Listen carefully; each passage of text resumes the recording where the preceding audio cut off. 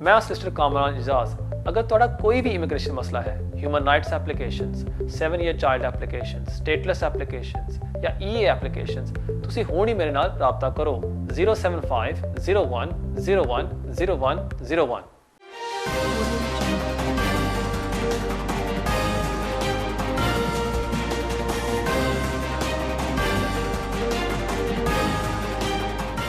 बिस्मिल्लाहिर्रहमानिर्रहीम। अस्सलाम वालेकुम नाज़रीन, मैं हूं आपका मेज़बान कामरान इजाज़। इस शो में आपके लाइव फ़ोन कॉल लेता हूं। अगर आपका भी कोई इमिग्रेशन का मसला है, आप भी फ़ोन करके इस प्रोग्राम में हिस्सा ले सकते हैं।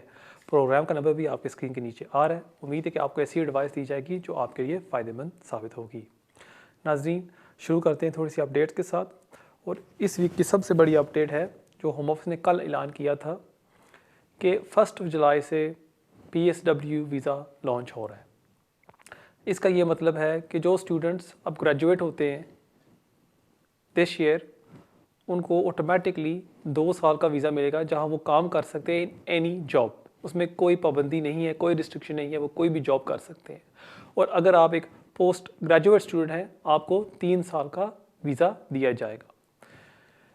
इस वीज़े के लिए आपने मेनली 70 पॉइंट्स हासिल करने हैं।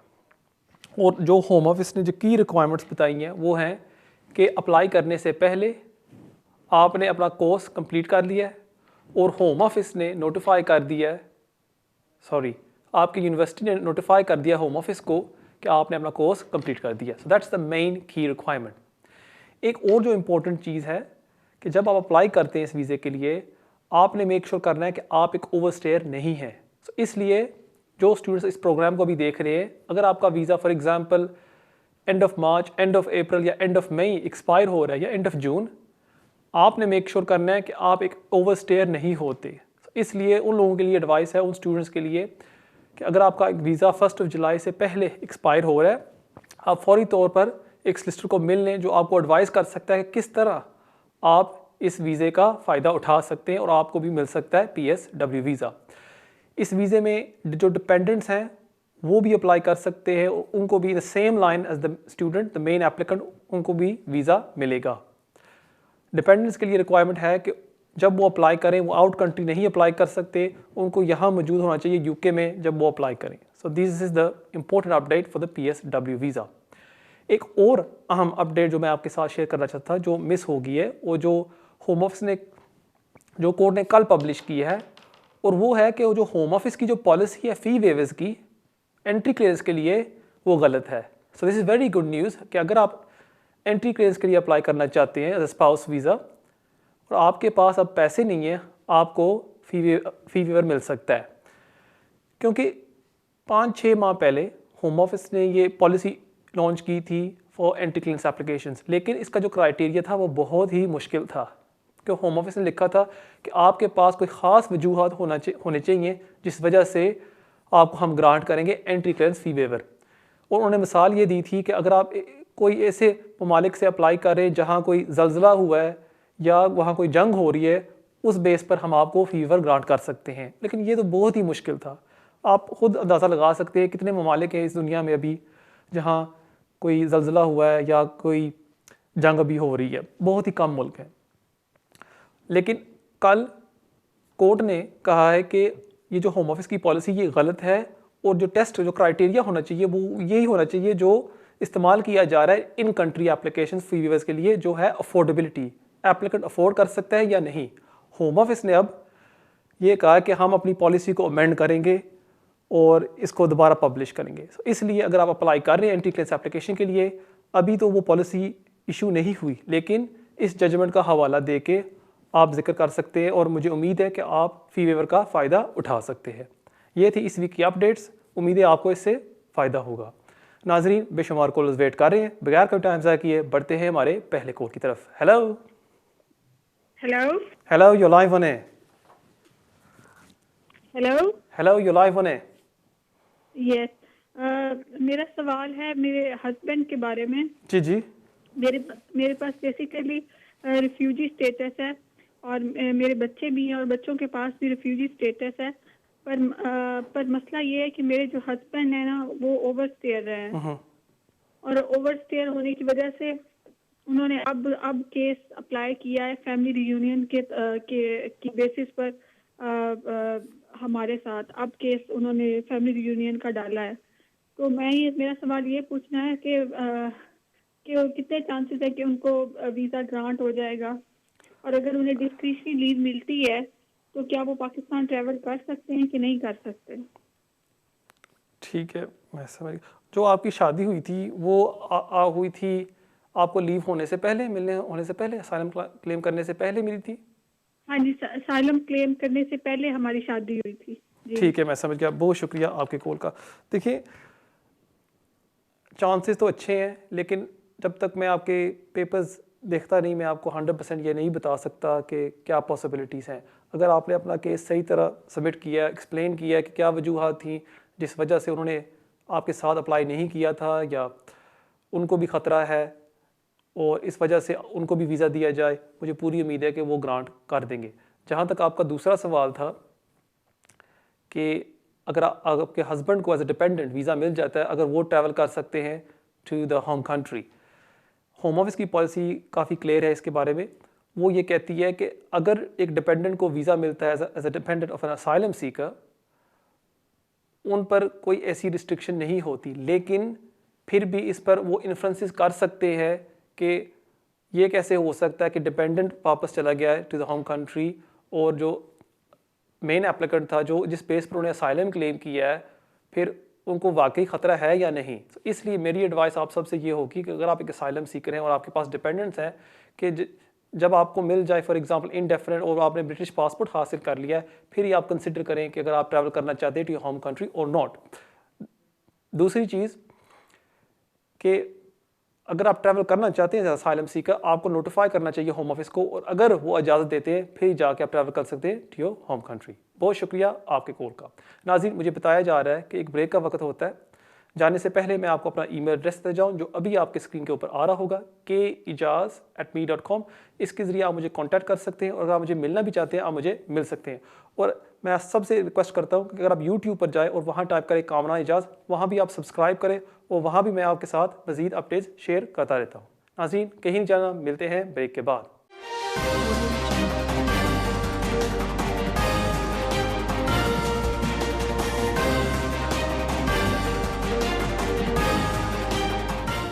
मैं सिस्टर कामरान एजाज। अगर तुहाडा कोई भी इमिग्रेशन मसला है, human rights applications, 7 year child applications, stateless applications या EA एप्लीकेशंस, तुसी हुण ही मेरे नाल राबता करो 075 01 01 01 01।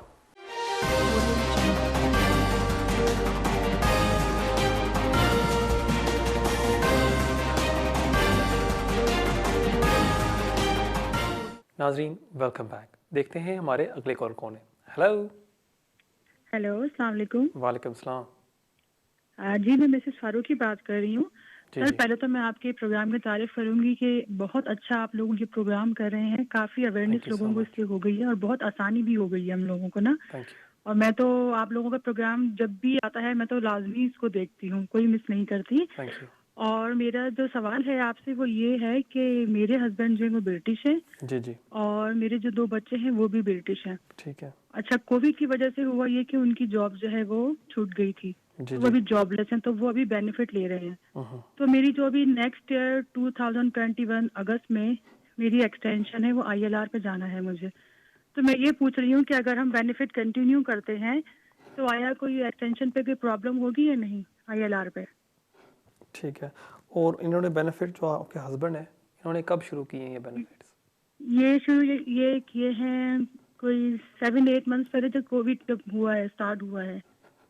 जब कोविड शुरू हुआ है, ठीक है। और उससे पहले उनकी इनकम कितनी थी? 18,600?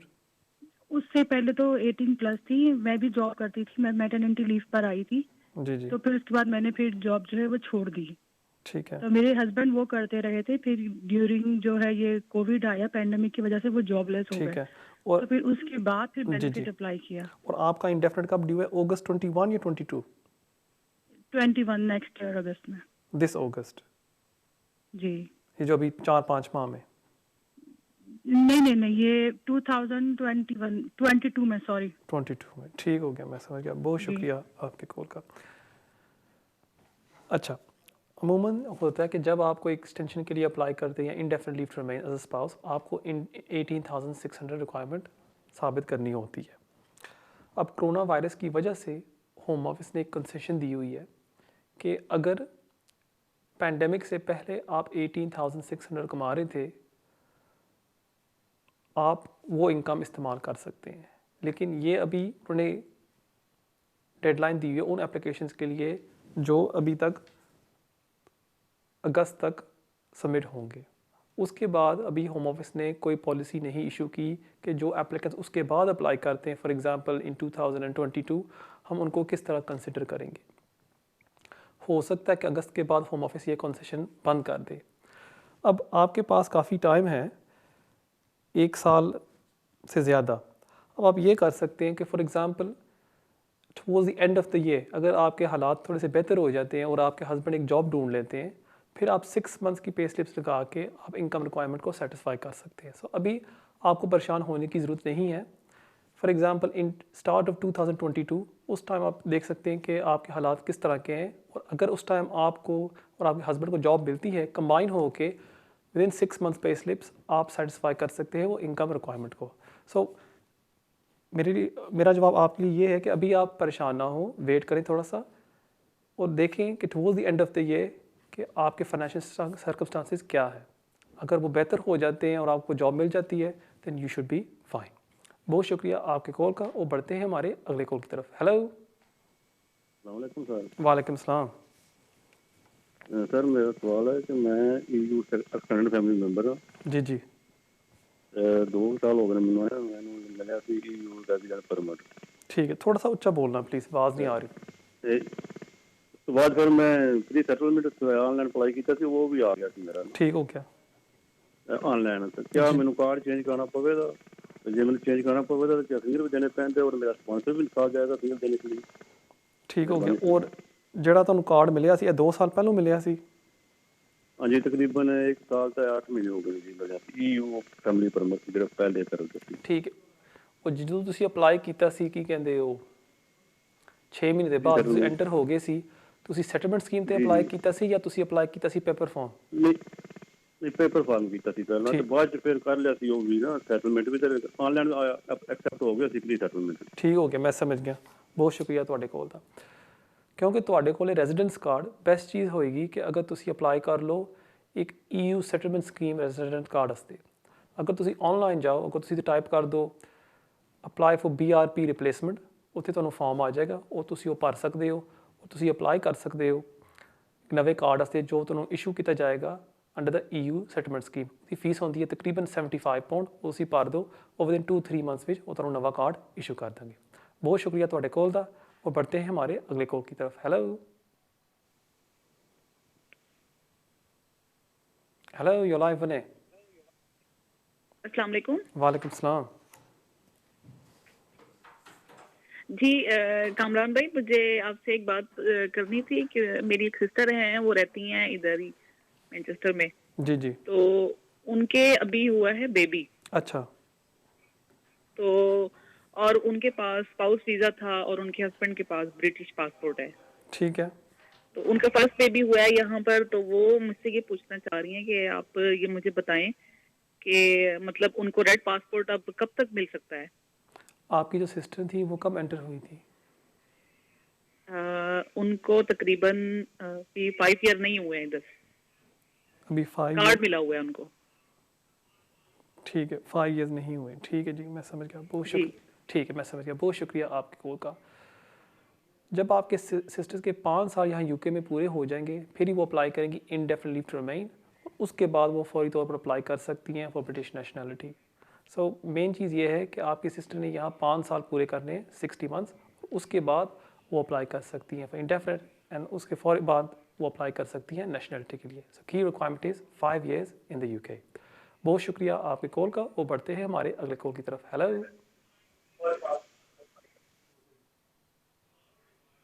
हेलो, यू लाइव बने।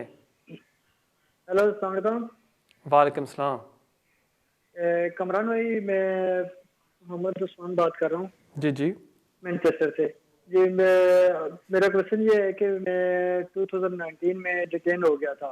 ठीक है, अक्टूबर में। ठीक हो गया, और 2 महीने में फिर हेम्सवर्थ भी रहा हूँ और मोटन हॉल भी रहा हूँ ना 2 महीने। ठीक है, उसके बाद फिर मैंने के बेल अप्लाई की है मॉडर्न स्लिवरी पे और एसएलएम मैंने अप्लाई किया था। अभी तक मेरा कोई जॉब नहीं आया। लास्ट नवंबर को मेरा बड़ा इंटरव्यू हुआ है, लेकिन उसके बाद मुझे कोई आंसर अभी तक कुछ भी नहीं आया। तो मैंने अभी, क्योंकि आजकल वो काफ़ी सारे वीडियोस भी आ रही हैं कि काम के लिए अप्लाई कर सकते हो अगर 1 साल हो गया आपको कोई, जी तो जी, वो आपका रिस्पांस नहीं आया। मेरा इंटरव्यू हो चुका है, क्या मैं काम के लिए अप्लाई कर सकता हूँ? क्योंकि जो ये बेनिफिट दे रहे हैं उस पर गुजारा बहुत मुश्किल है। ठीक है, मैं समझ गया, बहुत शुक्रिया आपके 37 पाउंड दे रहे हैं, उसमें कुछ भी नहीं हो रहा। ठीक है, तो मैं आया समझ, ये हमें काम की इजाजत दे सकते हैं? अगर ये दे सकते हैं तो किसी फैक्ट्री वगैरह में हम काम कर सकते हैं? ठीक है, और मैं ये समझ, कितने महीने का प्रोसेस है ये काम देने का, ठीक है, मैं समझ गया, बहुत परमिशन देने शुक्रिया का? आपकी कॉल का। जी हाँ, आप अप्लाई कर सकते हैं कि अगर आपके असाइलम को 1 साल से ज़्यादा हो गया पेंडिंग हुए, आप फिर अप्लाई कर सकते हैं फॉर वर्क परमिशन। अब अमूमन ये होता है कि जब आप अप्लाई करते हैं होम ऑफिस आपको काम की इजाज़त दे देती है, लेकिन उन जॉब्स के लिए जो हैं अंडर शॉर्टेज ऑक्यूपेशन लिस्ट। लेकिन आप होम ऑफिस को रिक्वेस्ट कर सकते हैं कि आपके केस में डिस्क्रेशन इस्तेमाल की जाए, क्योंकि आपके पास कोई स्किल्ड क्वालिफिकेशन नहीं है और आपको इजाज़त दी जाए कि आप कोई भी जॉब कर सके। यूजुअली आप ऑनलाइन एक रिक्वेस्ट भेजते हैं होम ऑफिस को, विद इन 6 to 8 वीक्स में आपको जवाब आ जाता है। सो आप ऑनलाइन जाके इसको भर सकते हैं और होम ऑफिस फिर आपको जवाब दे देती है कि उन्होंने आपको ग्रांट करना है या नहीं करना। लेकिन अगर 1 साल से ज़्यादा हो गया वो आपको ग्रांट कर देते हैं। लेकिन मैं आपसे ये एडवाइस करूँगा कि एक सॉलिसिटर को मिल लें जो सही तरह एक रिप्रेजेंटेशन भेज सके होम ऑफिस को, वो रिक्वेस्ट कर सके कि आपको इजाज़त दी जाए कि आप कोई भी जॉब कर सकें, बल्कि बजाय ओनली दोज जॉब्स जो हैं शॉर्टेज ऑक्यूपेशन लिस्ट के ऊपर। बहुत शुक्रिया आपके कॉल का। वो बढ़ते हैं हमारे अगले कॉल की तरफ। हेलो, वालेकुम सलाम।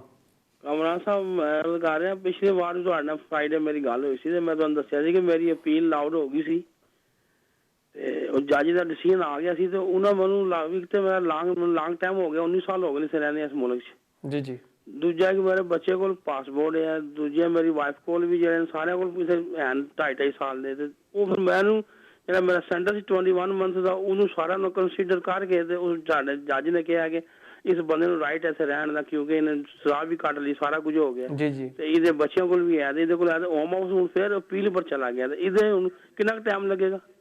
ਠੀਕ ਹੈ, ਮੈਂ ਸਮਝ ਗਿਆ। ਬਹੁਤ ਸ਼ੁਕਰੀਆ ਤੁਹਾਡੇ ਕੋਲ ਦਾ। ਜਦੋਂ ਤੁਸੀਂ ਕੋਈ ਅਪੀਲ ਜਿੱਤ ਜਾਂਦੇ ਹੋ, ਹੋਮ ਆਫਿਸ ਕੋਲ ਹੁੰਦੇ ਨੇ ਕਿ 14 ਦਿਨ ਵਿੱਚ ਉਹ ਅਪੀਲ ਕਰ ਸਕਦੇ ਨੇ ਕਿ ਅਗਰ ਜੱਜ ਨੇ ਕੋਈ ਗਲਤੀ ਕੀਤੀ ਹੈ ਉਹਦੀ ਪਰ ਉਸ ਬੇਸ ਤੇ ਪਰ ਉਹ ਅਪੀਲ ਕਰ ਸਕਦੇ ਨੇ। 99% ਜੱਜ ਕੋਈ ਗਲਤੀ ਨਹੀਂ ਕਰਦਾ। ਇਸ ਵਾਸਤੇ ਚਾਂਸਸ ਬਹੁਤ ਅੱਛੇ ਨੇ ਕਿ ਜਿਹੜੀ ਅਪੀਲ ਹੋਮ ਆਫਿਸ ਨੇ ਪਾਈ ਹੈ, ਮੇਰਾ ਨਹੀਂ ਖਿਆਲ ਉਹ ਸਕਸੈਸਫੁਲ ਹੋਏਗੀ, ਕਿਉਂਕਿ ਜਿਸ ਤਰ੍ਹਾਂ ਮੈਂ ਚੰਦ ਹਫ਼ਤੇ ਪਹਿਲਾਂ ਮੈंने ਇੱਕ ਕੇਸ ਦਾ ਹਵਾਲਾ ਦਿੱਤਾ ਸੀ HA ਇਰਾਕ, ਜਿਹਦੇ ਵਿੱਚ ਮੈंने ਕਿਹਾ ਸੀ ਕਿ ਕੋਰਟ ਨੇ ਜਜਮੈਂਟ ਪਾਸ ਕੀਤੀ ਹੈ ਕਿ ਅਗਰ ਕੋਈ ਬੰਦਾ ਡਿਪੋਰਟ ਹੋ ਰਿਹਾ ਹੈ ਔਰ ਉਹਦੇ ਕੋਲ ਬੱਚੇ ਨੇ ਬ੍ਰਿਟਿਸ਼ ਜਾਂ ਉਹਦਾ ਪਾਰਟਨਰ ਬ੍ਰਿਟਿਸ਼ ਹੈ, ਜੋ ਗਰਾਊਂਡਸ ਨੇ ਉਹ ਇਤਨੇ ਹਾਈ ਹੋਣ ਦੀ ਜ਼ਰੂਰਤ ਨਹੀਂ ਹੈ। ਕਿ ਪਹਿਲਾਂ ਕੀ ਹੁੰਦਾ ਸੀ ਕਿ ਬਹੁਤ ਸਖਤੀ ਨਾਲ ਕੋਰਟਸ ਕ੍ਰਾਈਟੇਰੀਆ ਰੱਖਦੇ ਸਨ ਕਿ ਅਗਰ ਤੁਹਾਨੂੰ ਡਿਪੋਰਟ ਕੀਤਾ ਜਾਏਗਾ ਜਾਂ ਨਹੀਂ, ਹੁਣ ਉਹ ਕਾਫੀ ਲੋ ਹੋ ਗਿਆ। ਹੁਣ ਹੋਮ ਆਫਿਸ ਨੇ ਤੁਸੀਂ ਮੈਨੂੰ ਦੱਸਿਆ ਐਪਲੀਕੇਸ਼ਨ ਪਾ ਦਿੱਤੀ ਹੈ, ਤੁਹਾਨੂੰ ਜਵਾਬ ਆਉਣਾ ਚਾਹੀਦਾ ਹੈ ਵਿਦਿਨ 3 ਮੰਥਸ ਵਿੱਚ। 3 ਮੰਥਸ ਵਿੱਚ ਤੁਹਾਨੂੰ ਜਵਾਬ ਆ ਜਾਏਗਾ, ਜਿੱਥੇ ਇੱਕ ਹੋਰ ਜੱਜ ਪਹਿਲੇ ਜੱਜ ਦੀ ਜਜਮੈਂਟ ਨੂੰ ਪੜ੍ਹੇਗਾ, ਉਹ ਚੈੱਕ ਕਰੇਗਾ ਕਿ ਪਹਿਲੇ ਜੱਜ ਨੇ ਕੋਈ ਗਲਤੀ ਕੀਤੀ ਹੈ ਜਾਂ ਨਹੀਂ। ਅਗਰ ਉਹ ਸਮਝਦਾ ਹੈ ਕਿ ਗਲਤੀ ਹੋਈ ਹੈ ਫਿਰ ਦੁਬਾਰਾ ਹੀਅਰਿੰਗ ਹੋਏਗੀ। ਅਗਰ ਉਹ ਸਮਝਦਾ ਹੈ ਕਿ ਕੋਈ ਗਲਤੀ ਨਹੀਂ ਹੋਈ ਫਿਰ ਉਹ ਐਪਲੀਕੇਸ਼ਨ ਨੂੰ ਡਿਸਮਿਸ ਕਰ ਦੇਗਾ ਔਰ ਉਸ ਤੋਂ ਬਾਅਦ ਹੋਮ ਆਫਿਸ ਤੁਹਾਨੂੰ ਵੀਜ਼ਾ ਇਸ਼ੂ ਕਰ ਦੇਗੀ। ਮੈਨੂੰ ਪਤਾ ਹੈ ਕਿ ਤੁਸੀਂ ਕਾਫੀ ਪਰੇਸ਼ਾਨ ਹੋ, ਲੇਕਿਨ ਬੈਸਟ ਚੀਜ਼ ਇਹ ਹੀ ਹੈ ਕਿ ਤੁਸੀਂ ਥੋੜ੍ਹਾ ਜਿਹਾ ਵੇਟ ਕਰ ਲਓ 2-3 ਮਹੀਨੇ, ਔਰ ਉਮੀਦ ਹੈ ਤੁਹਾਡੇ ਵਾਸਤੇ ਬਹੁਤ ਅੱਛੀ ਗੁੱਡ ਨਿਊਜ਼ ਹੋਏਗੀ। ਬਹੁਤ ਸ਼ੁਕਰੀਆ ਤੁਹਾਡੇ ਕੋਲ ਦਾ। ਉਹ बढ़ते हैं ਸਾਡੇ ਅਗਲੇ ਕੋਲ ਤਰਫ। Hello hello, you live on ਏ। ਹਾਂਜੀ, ਹੈਲੋ ਭਾਜੀ, ਸਤਿ ਸ੍ਰੀ ਅਕਾਲ। ਸਤਿ ਸ੍ਰੀ ਅਕਾਲ ਭੈਣ ਜੀ। ਹਾਂਜੀ, ਮੈਂ ਵਕੀਲ ਦੇ ਨਾਲ ਹੀ ਗੱਲ ਕਰਦੀ ਹਾਂ। ਹਾਂਜੀ ਹਾਂਜੀ, ਤੁਸੀਂ ਵਕੀਲ ਸਾਹਿਬ ਨਾਲ ਗੱਲ ਕਰ ਰਹੇ ਜੀ, ਦੱਸੋ। ਅੱਛਾ, ਤੇ ਮੈਨੂੰ ਆਪਣਾ ਇਹ ਟੈਲੀ ਵਿੱਚ ਸੁਣਨਾ ਪੈਣਾ ਆਵਾਜ਼ ਕਰਕੇ, ਜਾਂ ਇਸ ਤਰ੍ਹਾਂ ਫੋਨ ਤੇ ਹੀ ਸੁਣ ਸਕਦੀ ਹਾਂ? ਫੋਨ ਤੇ ਹੀ ਸੁਣ ਸਕਦੇ ਹੋ, ਤੁਸੀਂ ਗੱਲ ਕਰੋ। ਜੀ ਜੀ। ਹਾਂਜੀ, ਮੈਂ ਨਾ ਤੁਹਾਨੂੰ ਪੁੱਛਣਾ ਸੀਗਾ ਵੀ ਜਿੱਦਾਂ ਮੈਂ ਇੱਥੇ ਸ਼ਾਦੀ ਕਰਕੇ ਆਈ ਸੀਗੀ ਤੇ ਹਸਬੈਂਡ ਨਾਲੋਂ ਡਿਵੋਰਸ ਹੋ ਗਿਆ, ਤਾਂ ਕਿ ਜਿੱਦਾਂ ਮਤਲਬ ਹੁਣ ਜਿੱਦਾਂ ਸਾਨੂੰ 10 ਸਾਲ ਦੇ ਬੇਸ ਤੇ ਉਹਨਾਂ ਨੇ ਨਾ 2.5 ਸਾਲ ਦਾ ਵੀਜ਼ਾ ਦਿੱਤਾ ਮੈਨੂੰ ਤੇ ਬੇਟੇ ਨੂੰ। ਠੀਕ ਹੈ। ਜਿਹੜੇ ਉਹ BRP ਕਾਰਡ ਹੁੰਦੇ ਜੀ ਨਾ, ਜੀ। ਤੇ ਜੇ ਮੈਂ ਹੋਰ ਕੰਟਰੀ ਵਿੱਚ ਜਾ ਕੇ ਜਿੱਦਾਂ ਮੁੰਡਾ ਆ ਪਰ ਉਹ ਕੱਚਾ ਆ, ਪੁਰਤਗਾਲ ਵਿੱਚ ਰਹਿੰਦਾ ਹੈ ਨਾ, ਤੇ ਜੇ ਉਹਨਾਂ ਸ਼ਾਦੀ ਕਰਨੀ ਹੋਵੇ ਉੱਥੇ ਜਾ ਸਕਦੇ ਕਰਦੇ ਨੇ? ਸੌਰੀ, ਕਿਹਨੇ ਸ਼ਾਦੀ ਕਰਨੀ? ਤੁਸੀਂ ਸ਼ਾਦੀ ਅਗਰ ਕਰਨੀ ਹੋਵੇ? ਹਾਂਜੀ ਹਾਂਜੀ, ਜਿੱਦਾਂ ਬਾਹਰ ਕੰਟਰੀ ਤੋਂ ਜਾਣਾ ਹੋਵੇ ਪੁਰਤਗਾਲ ਵਿੱਚ ਅੱਛਾ, ਸ਼ਾਦੀ ਕਰਨੀ ਹੋਵੇ ਤੇ ਉਹ ਕਰ ਸਕਦੇ ਆ ਮਤਲਬ ਜਾਂ ਨਹੀਂ? ਠੀਕ ਹੈ। ਔਰ ਪੁਰਤਗਾਲ ਵਿੱਚ ਰਹਿੰਦਾ ਪਰ ਮੁੰਡਾ ਕੱਚਾ ਆ, ਉਹਨੂੰ 2 ਸਾਲ ਬਾਅਦ ਪੇਪਰ ਮਿਲਣੇ ਆ। ਠੀਕ ਹੈ। ਜਿਹੜਾ ਵੀਜ਼ਾ ਉਹਨਾਂ ਤੁਹਾਨੂੰ ਦਿੱਤਾ 2.5 ਸਾਲ ਦਾ ਦਿੱਤਾ ਉਹਨਾਂ ਨੇ ਤੁਹਾਨੂੰ? ਹਾਂਜੀ, ਉਹ ਜਿਹੜੀ ਡਿਕਸ਼ਨਰੀ ਕੀ ਉਹ ਲੀਵ ਹੁੰਦੀ ਨਾ, ਉਹ ਹੀ ਦਿੱਤੀ ਆ ਮੇਰੇ ਬੇਟੇ ਨੂੰ ਤੇ ਮੈਨੂੰ। ਪਰ ਮੇਰਾ ਬੇਟਾ ਜਿਹੜਾ ਮੇਰੀ ਇੰਡੀਆ ਤੋਂ ਆਈ ਸੀ ਸ਼ਾਦੀ ਕਰਕੇ, ਹਸਬੈਂਡ ਨਾਲ ਡਿਵੋਰਸ ਹੋ ਗਿਆ। ਫਿਰ ਉਸ ਤੋਂ ਬਾਅਦ ਮੈਂ ਆਪਣੀ ਮਰਜ਼ੀ ਨਾਲ ਸ਼ਾਦੀ ਕੀਤੀ, ਪਰ ਉਹ ਜਿਹੜਾ ਲੜਕਾ ਉਹ ਵੀ ਕੱਚਾ ਸੀ ਨਾ। ਤੇ ਉਸ ਹਿਸਾਬ ਦੇ ਨਾਲ ਜਿੱਦਾਂ ਜੇ ਮੈਂ ਇਹ ਕੋਈ ਕਾਨੂੰਨ ਏਦਾਂ ਦਾ ਨਿਕਲਿਆ ਵੀ ਬੱਚੇ ਦਾ ਬ੍ਰਿਟਿਸ਼ ਪਾਸਪੋਰਟ ਹੁਣ ਫ੍ਰੀ ਬਣ ਰਿਹਾ ਜੀ। ਅੱਛਾ, ਜਿਹੜਾ ਤੁਹਾਡਾ ਬੱਚਾ ਹੈ ਉਹਦੀ ਏਜ ਕਿੰਨੀ ਹੈ? ਇਹ 11 11 ਸਾਲ ਦਾ। ਉਹ ਇੱਥੇ ਪੈਦਾ ਹੋਇਆ ਸੀ ਜਾਂ ਇੰਡੀਆ ਦੇ ਵਿੱਚ? ਹਾਂਜੀ ਹਾਂਜੀ, ਇੱਥੇ ਹੀ ਹੋਇਆ। ਇੱਥੇ ਹੋਇਆ ਸੀ, ਯੂਕੇ ਦੇ ਵਿੱਚ? ਹਾਂਜੀ, ਠੀਕ ਹੋ ਗਿਆ। ਔਰ ਅਜੇ ਤੁਸੀਂ ਉਹਦਾ ਪਾਸਪੋਰਟ ਨਹੀਂ ਅਪਲਾਈ ਕੀਤਾ, ਨੈਸ਼ਨੈਲਿਟੀ ਨਹੀਂ ਅਪਲਾਈ ਕੀਤੀ? ਨਹੀਂ ਅਜੇ ਨਹੀਂ ਕੀਤੀ। ਠੀਕ ਹੋ ਗਿਆ, ਮੈਂ ਸਮਝ ਉਹ ਗਿਆ। ਮੈਂ ਤੁਹਾਨੂੰ ਪੁੱਛਣਾ ਵੀ ਉਹਦਾ ਕਰ ਸਕਦੀ ਹਾਂ, ਕਿਉਂਕਿ ਇੱਥੇ ਵਕੀਲ ਕਹਿੰਦੇ ਸੀ ਕਿ ਉਹਦਾ ਜਿਹੜਾ ਪਿਓ ਸੀ ਮਤਲਬ ਉਹਦਾ ਡੈਡੀ, ਉਹ ਵੀ ਜਿੱਦਾਂ ਕੱਚਾ ਸੀ ਨਾ, ਤੇ ਮੈਂ ਵੀ ਜਿੱਦਾਂ ਹੁਣ ਸਾਡਾ ਕੇਸ ਚੱਲਦਾ ਆ ਜੀ ਜੀ ਜਿੱਦਾਂ ਸਟੇਟ ਉਹਨਾਂ ਨੇ ਦਿੱਤੀ ਆ 2.5 ਸਾਲ ਦੀ, ਬੱਚੇ ਦਾ ਵੀ ਉਹੀ ਤੇ ਮੇਰਾ ਵੀ ਉਹੀ ਹੈ ਨਾ, ਉਹ ਜਿਹੜੇ BRP ਕਾਰਡ ਦਿੱਤੇ ਆ। ਹਾਂਜੀ ਹਾਂਜੀ, ਮੈਂ ਤੇ ਸਮਝ ਜਿੱਦਾਂ ਮੈਂ ਜੇ ਸ਼ਾਦੀ ਕਰਦੀ ਆ ਉੱਥੇ ਪੁਰਤਗਾਲ ਵਿੱਚ ਜਾ ਕੇ ਕਿਸੇ ਉਹ ਲੜਕੇ ਦੇ ਨਾਲ, ਜੀ ਜੀ। ਪਰ ਉਹ ਕੱਚਾ ਆ, ਉਹਦੇ ਕੋਈ ਰੈਸੀਡੈਂਟ ਕੋਈ 2 ਸਾਲ ਬਾਅਦ ਮਿਲਣੇ ਹੈ ਨਾ। ਠੀਕ ਹੈ, ਮੈਂ ਸਮਝ ਗਿਆ। ਮੈਂ ਉਹ ਦਿੰਦਾ, ਮੈਂ ਕਰ ਸਕਦੀ ਹਾਂ ਕਿਸ ਤਰੀਕੇ ਨਾਲ ਕਰ ਸਕਦੀ ਜਾਂ ਨਹੀਂ? ਮੈਂ ਸਮਝ ਗਿਆ ਭੈਣ ਜੀ, ਮੈਂ ਦਿੰਦਾ ਤੁਹਾਡੇ ਸਵਾਲ ਦਾ ਜਵਾਬ। ਬਹੁਤ ਸ਼ੁਕਰੀਆ ਤੁਹਾਡੇ ਕੋਲ ਦਾ। ਨਾਜ਼ਰੀਨ, ਇਸ ਸਵਾਲ ਦਾ ਜਵਾਬ ਮੈਂ ਦਾਂਗਾ ਬ੍ਰੇਕ ਤੋਂ ਬਾਅਦ। ਬ੍ਰੇਕ ਜਾਣ ਤੋਂ ਪਹਿਲਾਂ ਮੈਂ ਤੁਹਾਨੂੰ ਆਪਣਾ ਈਮੇਲ ਐਡਰੈਸ ਦੇਣਾ ਚਾਹਾਂ ਜੋ ਤੁਹਾਡੀ ਸਕਰੀਨ ਤੇ ਨੀਚੇ ਹੁਣ ਆ ਰਿਹਾ ਹੋਏਗਾ, keijaz@me.com। ਇਸ ਦੇ ਥਰੂ ਤੁਸੀਂ ਮੈਨੂੰ ਕੰਟੈਕਟ ਕਰ ਸਕਦੇ ਹੋ। ਅਗਰ ਤੁਸੀਂ ਮੈਨੂੰ ਮਿਲਣਾ ਚਾਹੁੰਦੇ ਹੋ ਤੁਸੀਂ ਮੈਨੂੰ ਮਿਲ ਸਕਦੇ ਹੋ। ਮਿਲਦੇ ਹਾਂ ਬ੍ਰੇਕ ਦੇ ਬਾਅਦ।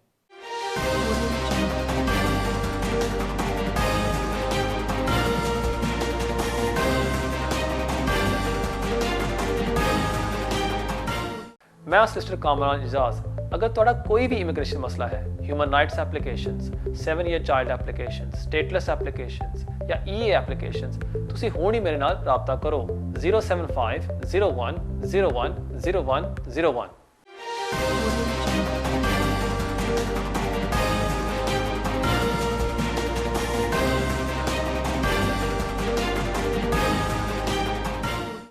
Nazreen, welcome back.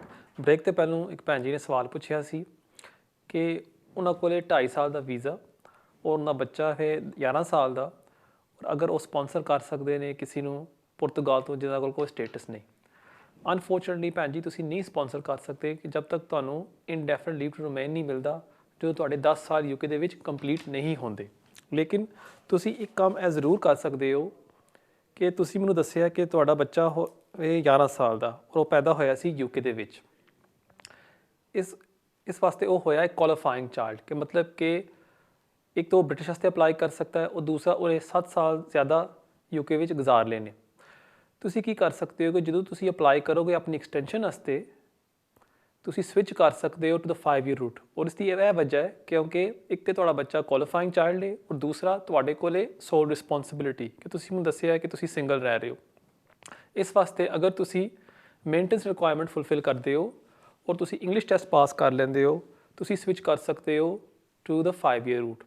ਔਰ 5 ਸਾਲ ਬਾਅਦ ਫਿਰ ਤੁਸੀਂ ਅਪਲਾਈ ਕਰ ਸਕਦੇ ਹੋ ਇੰਡੈਫਿਨਿਟ ਵਾਸਤੇ। ਜਦੋਂ ਤੁਹਾਨੂੰ ਇੰਡੈਫਿਨਿਟ ਮਿਲ ਜਾਵੇ ਫਿਰ ਤੁਸੀਂ ਸਪਾਂਸਰ ਕਰ ਸਕਦੇ ਹੋ ਆਪਣੇ ਹਸਬੈਂਡ ਨੂੰ ਜਿੱਥੇ ਉਹ ਰਹਿ ਰਹੇ ਨੇ, ਪੁਰਤਗਾਲ ਵਿੱਚ ਜਾਂ ਇੰਡੀਆ ਦੇ ਵਿੱਚ। ਸੋ ਇਸ ਵਾਸਤੇ ਮੇਨ ਚੀਜ਼ ਇਹ ਹੋਏਗੀ ਕਿ ਤੁਸੀਂ ਪਹਿਲਾਂ ਵੇਟ ਕਰੋ ਇੰਡੈਫਿਨਿਟ ਵਾਸਤੇ ਔਰ ਫਿਰ ਤੁਸੀਂ ਜਾ ਕੇ ਸਪਾਂਸਰ ਕਰ ਸਕਦੇ ਹੋ। ਤੁਸੀਂ ਇੱਕ ਹੋਰ ਗੱਲ ਮੈਨੂੰ ਦੱਸੀ ਕਿ ਤੁਹਾਡਾ ਬੇਟਾ ਹੋ ਗਿਆ 11 ਸਾਲ ਦਾ ਔਰ ਪੈਦਾ ਹੋਇਆ ਸੀ ਯੂਕੇ ਦੇ ਵਿੱਚ।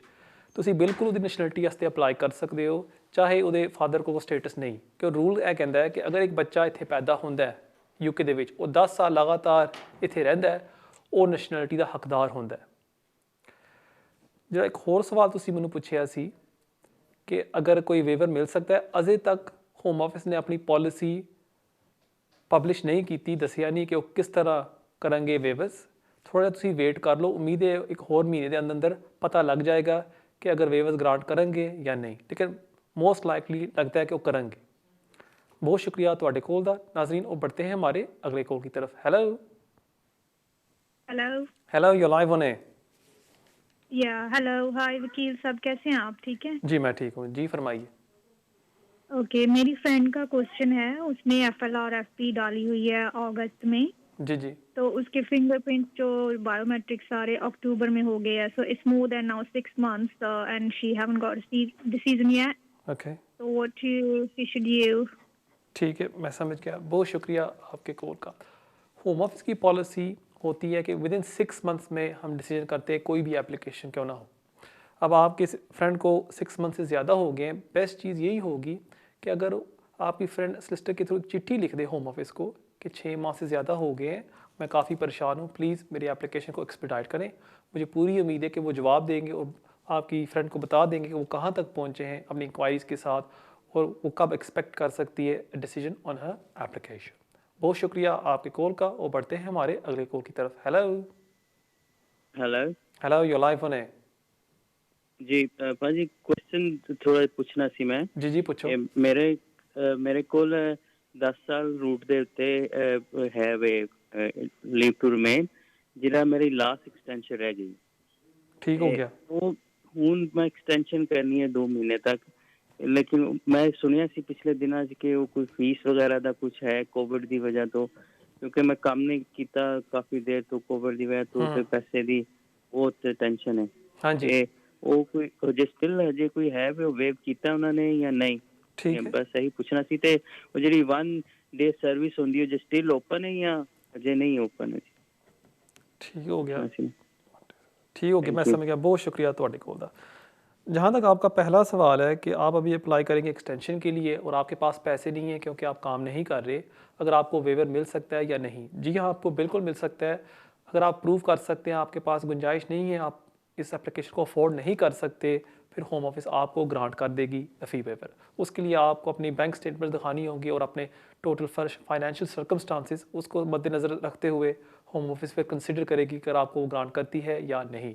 आजकल वो ग्रांट कर रहे हैं कोरोना वायरस की वजह से, सो इसलिए अगर आप नहीं अफोर्ड कर सकते, आई वुड रिकमेंड दैट कि आप ज़रूर अप्लाई करें वेवर के लिए।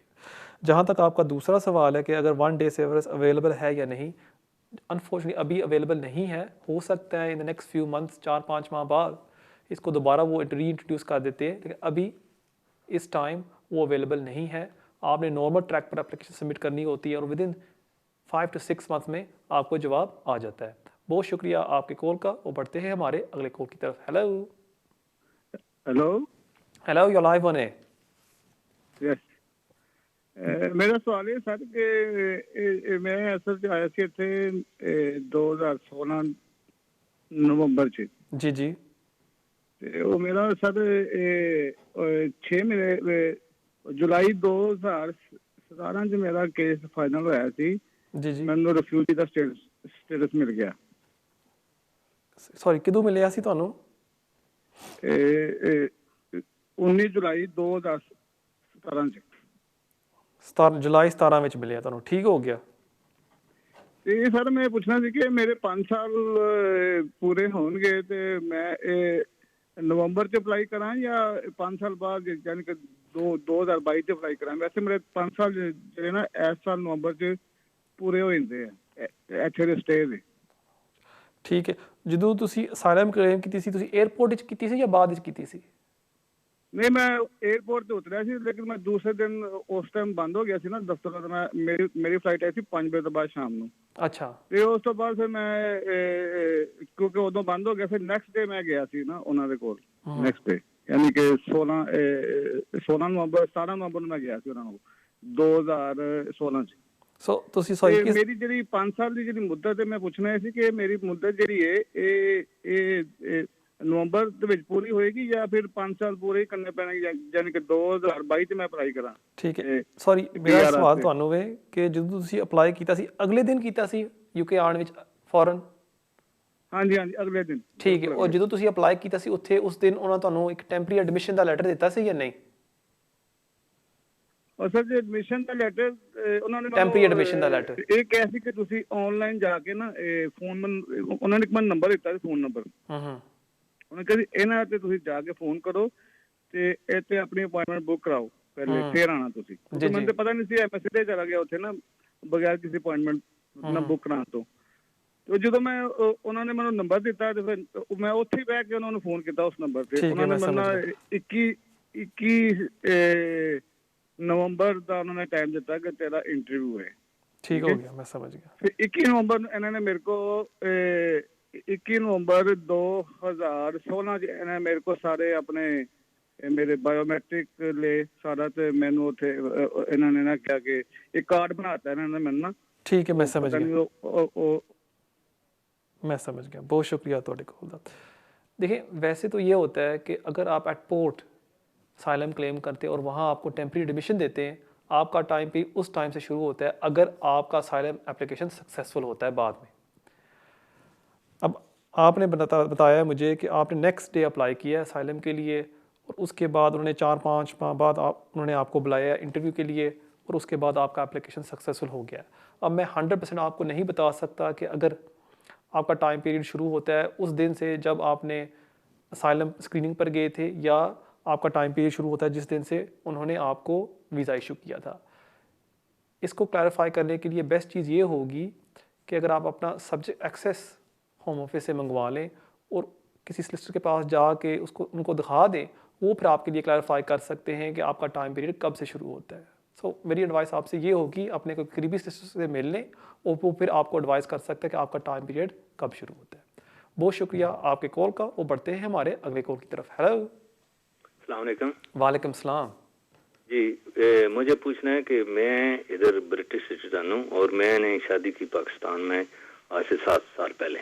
ठीक है। और एक बच्ची है उधर जिसकी तकरीबन 6 साल उम्र है, तो इनको इधर बुलाने के लिए मुझे क्या कुछ करना पड़ेगा?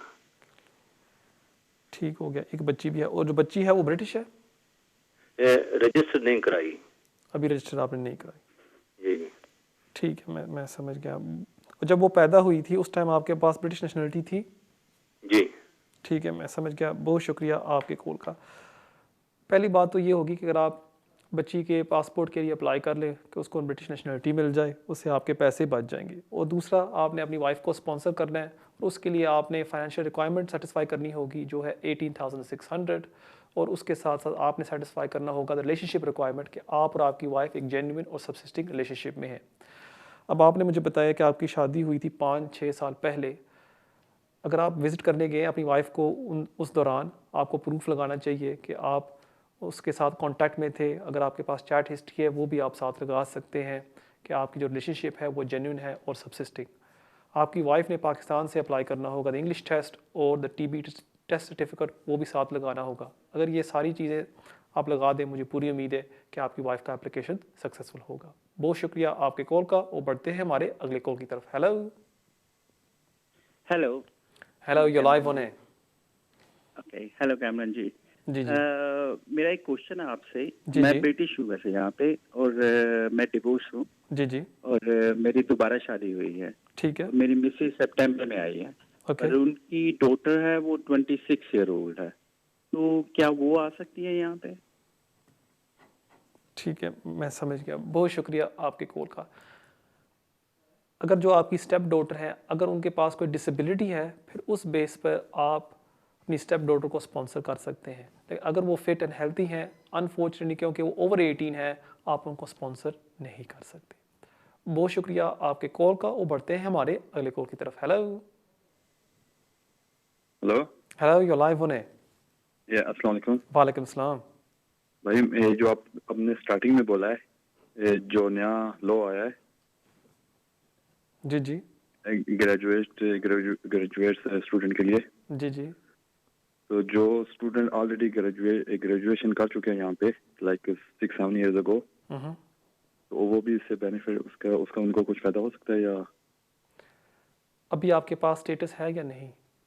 अभी मेरा मतलब प्रोसेस चल रहा है, पेंडिंग में। आपका वीज़ा कब एक्सपायर हुआ था स्टूडेंट का? एक्सपायर तो एक्चुअली 2014 में हुआ था, और जारी बात है उसके बाद तो आप ओवरस्टेयर हो गए होंगे इस 6 लेकिन केस चल रहा था मेरा ना कंटिन्यू। जी, मेरा कंटिन्यू केस चल रहा था ह्यूमन राइट्स का ऐसा करके। ठीक है। उस जब एक्सपायर हुआ उसके बाद आपने कौन सी एप्लीकेशन आपने सबमिट की है? उस वक्त मैंने एक प्राइवेट कॉलेज में एडमिशन लिया था, लेकिन वो उस टाइम पे कॉलेज क्लोज हो गए थे सब। फिर आपने क्या किया? तो उसके बाद फिर ह्यूमन राइट्स के लिए डाला था मेरे सॉलिसिटर ने। ठीक है, और वो अभी 6-7 साल तक पेंडिंग है? जी अभी पेंडिंग है, लेकिन अभी उसका तकरीबन अभी तो काफी हो गया है, तकरीबन नजदीक हो गया है, तो 2 महीने तक शायद उसका क्लियर हो जाएगा इंशाल्लाह। सॉरी, क्या होगा 2 महीने में? उसका वीजा हो जाएगा। आपका वीजा? जी है। ठीक तो लेकिन मैंने यहाँ पे ग्रेजुएशन की थी जी। उसके बाद मैंने कोई जॉब नहीं की। फिर कौन सी तो बेस पर आपका सोलिसिटर कह रहा है आपको वीजा मिलेगा? 10 साल की बेस पे फॉर एग्जांपल? ये 2.5 साल वाला है मेरा कुछ ह्यूमन राइट्स का। ओके, और आप सिंगल हैं यहाँ यूके में? यहाँ पे सिंगल में जी। ठीक है, मैं समझ गया, बहुत शुक्रिया आपके कॉल का। अब पहली बात तो ये है कि मेरे लिए तो एक हैरत की बात है कि अगर एक ह्यूमन राइट्स एप्लीकेशन 7 साल के लिए पेंडिंग है, इट्स वेरी अनलाइकली। अब मेरे पास आपके फुल फैक्चुअल बैकग्राउंड तो नहीं है, लेकिन जो PSW की जो पॉलिसी है होम ऑफिस ने कहा कि जो आपकी लास्ट लीव है it must be as a student. So अगर आप ओवरस्टे नहीं है इस दौरान 7 ईयर्स, फिर तो आप स्विच कर सकते हैं तो PSW, बट मेरे लिए बहुत अनलाइकली होगा कि आपकी लीव में कोई ब्रेक नहीं हुई। हो सकता है मैं गलत हूँ, और हो सकता है आपका सिस्टर सही कह रहा है कि आपको वीज़ा इशू हो जाएगा विद द नेक्स्ट 2 मंथ्स। अगर आपको वीज़ा वो इशू हो जाता है, फिर आप नहीं स्विच कर सकते टू द PSW, क्योंकि रूल्स ये कहते हैं कि your last visa must be as a student. Best चीज़ ये होगी कि आपके पास लिस्टर है, उससे आप एक दफ़ा मिल लें और वो आपको तफसील में बता सकता है कि आप इस स्कीम का फ़ायदा ले सकते हैं या नहीं। बहुत शुक्रिया आपके कॉल का, और बढ़ते हैं हमारे अगले कॉल की तरफ। हेलो, यू लाइव ऑन है। अस्सलाम वालेकुम। वालेकुम सलाम। सर पहले मेरी कज़न ने आपको फ़ोन किया था, तो उसने क्वेश्चन पूछा था, लेकिन उसको समझ नहीं आई कि उनकी फैमिली है यहाँ पे, तो उन सबके पास रेफ्यूजी स्टेटस है, लेकिन उसके हस्बैंड ओवरस्टे है, तो उन्हें अभी अप्लाई की है, और उसके 3 बच्चे हैं, और उन बच्चों की जो प्राइमरी केयर है वो उसके हस्बैंड के पास है, तो सोशल वर्कर्स भी इन्वॉल्व हैं, उसकी हेल्थ का कोई इशू है, तो उसको वीज़ा ग्रांट हो सकता है, और अगर हो सकता है तो होम ऑफिस उसको कौन सा वीज़ा ग्रांट करेगा? ठीक है, नेक्स्ट क्वेश्चन। नेक्स्ट बस ये एक ही है बस। ठीक है, मैं समझ गया, बहुत शुक्रिया आपके कॉल का। अगर आप अप्लाई कर रहे हैं एज अ फैमिली रीयूनियन, फिर वो ग्रांट करेंगे in the same line as the main applicant जो उसको वाइफ को मिला हुआ है। अगर वो अप्लाई कर रहे हैं for example on the basis of partner route, फिर वो उसको ग्रांट करेंगे एज अ 2.5 ईयर्स। लेकिन अगर फैमिली रीयूनियन है, उसको वीज़ा ग्रांट किया जाएगा in the same line as the main applicant. बहुत शुक्रिया आपके कॉल का। नाज़रीन, ये था हमारा आज आखिरी सवाल। उम्मीद है आपको आज का प्रोग्राम पसंद आया होगा। हमेशा की तरह मैं आप सबसे रिक्वेस्ट करता हूँ कि प्लीज़ इस प्रोग्राम को लाइक करें, शेयर करें और सब्सक्राइब करें सोशल मीडिया के ऊपर। जाने से पहले मैं आपको अपना ईमेल एड्रेस देता चाहूँ, जो अभी आपके स्क्रीन के ऊपर आ रहा होगा, keijaz@me.com। इसके ज़रिए आप मुझे कांटेक्ट कर सकते हैं, और अगर आप मुझे मिलना चाहते हैं आप मुझे मिल सकते हैं। इंशाल्लाह ताला हमारी मुलाकात होगी अगले हफ्ते इसी टाइम 6 से लेकर 7 बजे, सिर्फ और सिर्फ विनिस TV पर। तब तक के लिए मुझे इजाज़त दें। अस्सलाम वालेकुम।